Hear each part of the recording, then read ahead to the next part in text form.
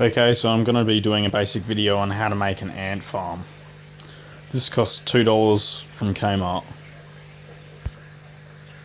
Okay, so I've got my 3 plastic containers out of their packets now.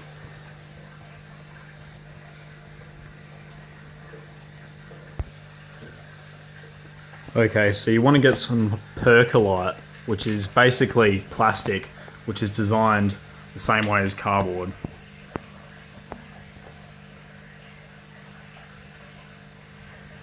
It's pretty cheap.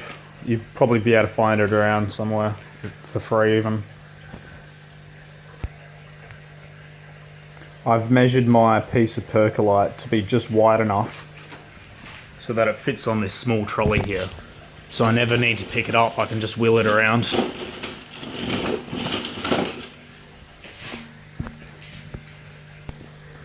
The next thing you want to do is source some tubing which your ants will fit through. I've got some 8mm clear vinyl tubing here, which came from Bunnings and wasn't particularly expensive. Neither was this tap, which is made for a sprinkler system. It's not actually designed for this tubing, but the tubing can still squeeze into it. I think it's designed for a 12mm hose to go over the top of. Okay, so you want to try and find yourself a drill bit that's just bigger than the tubing.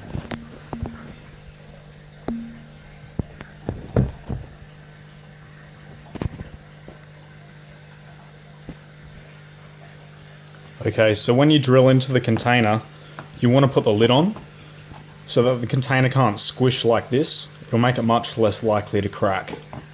It's very easy to slip around as you're trying to drill, and you may make some small marks, but the price of the components of the DIY project are so cheap that you could easily go and buy some more if you really wanted to make it perfect. Your next step is to roughly place your containers and measure where you want them to go on the percolite. As you can see, there's plenty of room for other containers here.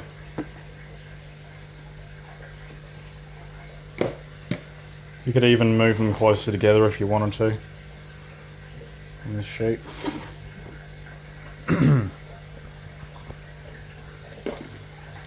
Take your clear vinyl hose and along with your taps, you need to roughly measure how much vinyl tubing you'll need and cut it. So you want to take your hot glue gun and seal up around the edges of any hoses. And as you can see here, this hose is rammed straight into this tap. It's not slid over the barb. So I've put a quick lick of hot glue around it. Once you've glued it all together, you'll end up with a fairly professional little system that looks like this. So this chamber here you would obviously want to use as the queen chamber because it's got 2 taps on it. And this chamber you would want to use them as feeding chambers. So that way, whenever they get dirty, you can just turn the tap and block off the colony from the feeding chamber. Then you can open the lid and just clean it out. You can always add more taps, more hoses, and more containers. You could even experiment and make it 2-tier.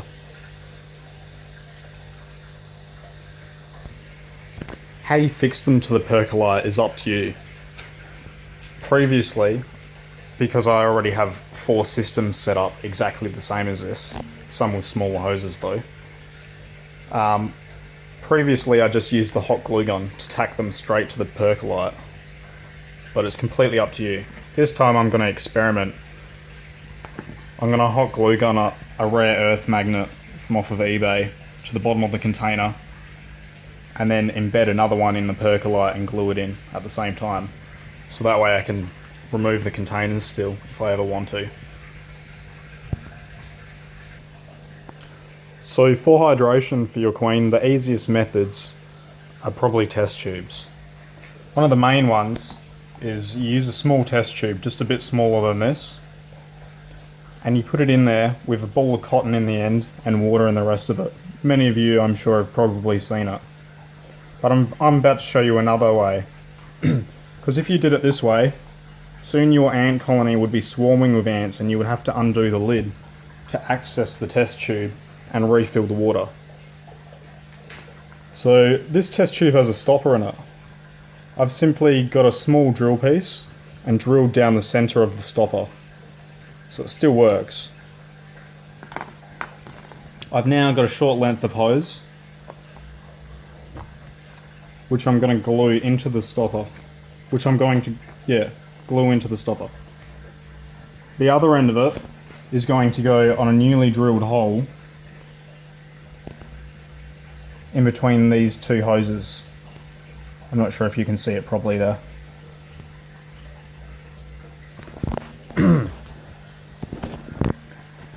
So I'm going to do the same thing with this. It's going to be filled with water and it's going to have a cotton ball in the end of it. Basically, when it runs out of water, I'll just take it straight off this stopper and I'll wedge a piece of cotton in the end of it. And that should be enough to stop any ants from getting through, as long as they're not cotton wall pullers. But the species I've got are just bull ants. If you wanted to, alternatively, you could add a tap. Using the magnets for this was completely experimental. It may or may not fail. The magnet's power may be too strong for the glue and may pull it out of its grip. So to do the best I can to stop it from doing that, it has glue underneath it, but it's also got a coat of glue over the top. Same with the magnet on the bottom of this. It's tacked on and it also has glue over the top of it.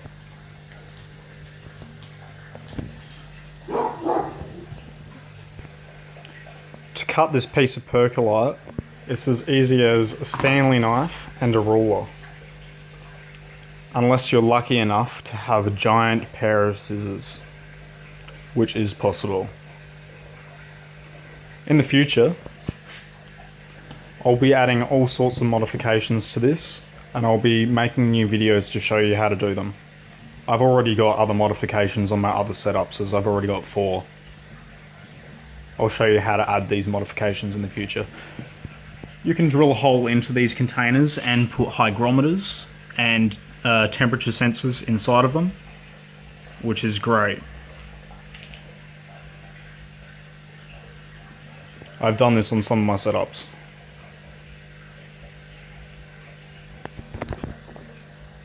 Anyway, thanks for watching, guys. Yeah. Okay, so I was going to end the video clip there, but yeah, this is my first video. So anyway, sorry guys.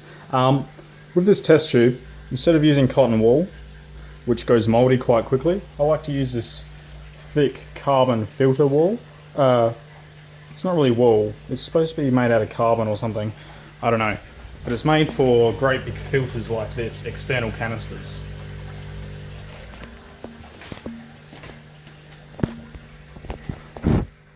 Okay, so I've cut the percolite out and I've got all my containers down. I've got the water in there. I've got my new ant which has arrived. Special props to a certain someone who I may mention later.